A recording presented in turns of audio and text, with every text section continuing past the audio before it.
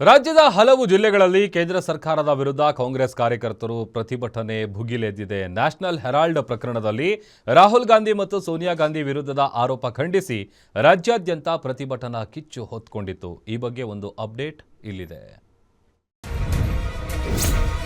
ಸೋನಿಯಾ ರಾಹುಲ್ ವಿರುದ್ಧ ಷಡ್ಯಂತ್ರ, ರಾಜ್ಯಾದ್ಯಂತ ನ್ಯಾಷನಲ್ ಹೆರಾಲ್ಡ್ ಕಿಚ್ಚು, ದ್ವೇಷ ರಾಜಕಾರಣದ ವಿರುದ್ಧ ಕೈ ಪ್ರೊಟೆಸ್ಟ್.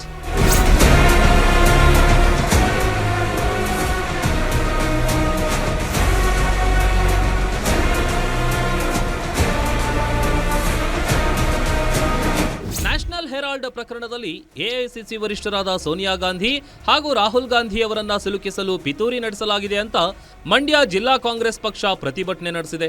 ಕೇಂದ್ರ ಸರ್ಕಾರದ ಕಾರ್ಯವೈಖರಿ ಜನವಿರೋಧಿ, ಸಂವಿಧಾನ ವಿರೋಧಿ ಧೋರಣೆಗೆ ಮುಂದಾಗಿರುವ ಬಿಜೆಪಿ ನಾಯಕರ ವಿರುದ್ಧ ಘೋಷಣೆ ಕೂಗಿ ಆಕ್ರೋಶ ವ್ಯಕ್ತಪಡಿಸಿದರು. ಜಿಲ್ಲಾ ಕಾಂಗ್ರೆಸ್ ಮುಖಂಡರು ಹಾಗೂ ಕಾರ್ಯಕರ್ತರು ಸುಭಾಷ್ ನಗರದಲ್ಲಿರೋ ಬಿಜೆಪಿ ಕಚೇರಿಗೆ ಮುತ್ತಿಗೆ ಹಾಕಲು ಯತ್ನ ನಡೆಸಿದ್ರು.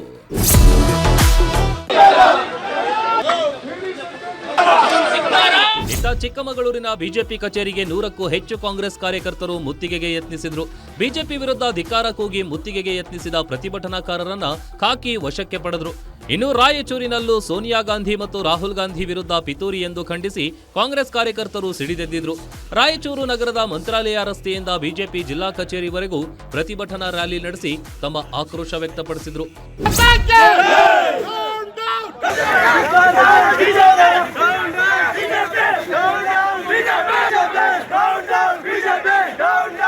ಹುಬ್ಬಳ್ಳಿಯಲ್ಲೂ ಕೂಡ ಕಾಂಗ್ರೆಸ್ ಕಾರ್ಯಕರ್ತರ ಕಹಳೆ ಜೋರಾಗಿದ್ದು, ಕೇಂದ್ರ ಸರ್ಕಾರದ ವಿರುದ್ಧ ಕಾಂಗ್ರೆಸ್ ಕಾರ್ಯಕರ್ತರು ಬೀದಿಗಿಳಿದು ಹೋರಾಟ ನಡೆಸಿದ್ರು. ಈ ವೇಳೆ ಅರವಿಂದ ನಗರದಲ್ಲಿರೋ ಬಿಜೆಪಿ ಕಚೇರಿಗೆ ಮುತ್ತಿಗೆ ಹಾಕಲು ಯತ್ನಿಸಿದ್ದಕ್ಕೆ ಕಾಂಗ್ರೆಸ್ ಅಧ್ಯಕ್ಷ ಅನಿಲ್ ಕುಮಾರ್ ಪಾಟೀಲ್ ಸೇರಿ 50ಕ್ಕೂ ಹೆಚ್ಚು ಕಾರ್ಯಕರ್ತರನ್ನ ಖಾಕಿ ವಶಕ್ಕೆ ಪಡೆದಿದೆ.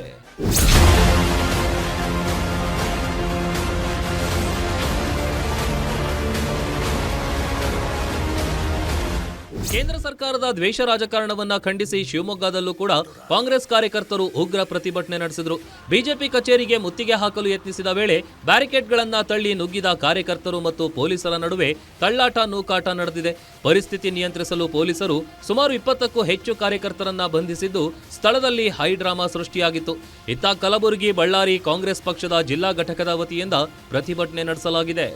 ಒಟ್ನಲ್ಲಿ ಇಡೀ ರಾಜ್ಯಾದ್ಯಂತ ಕಾಂಗ್ರೆಸ್ ವತಿಯಿಂದ ಪ್ರತಿಭಟನೆ ಮಾಡಿ ನ್ಯಾಷನಲ್ ಹೆರಾಲ್ಡ್ ಕೇಸ್ ಮೂಲಕ ಕೇಂದ್ರ ಸರ್ಕಾರ ಕಾಂಗ್ರೆಸ್ ನಾಯಕರ ವಿರುದ್ಧ ದ್ವೇಷ ರಾಜಕೀಯ ಮಾಡುತ್ತಿದೆ ಎಂದು ಆರೋಪಿಸಿದ್ರು. News desk, guarantee news.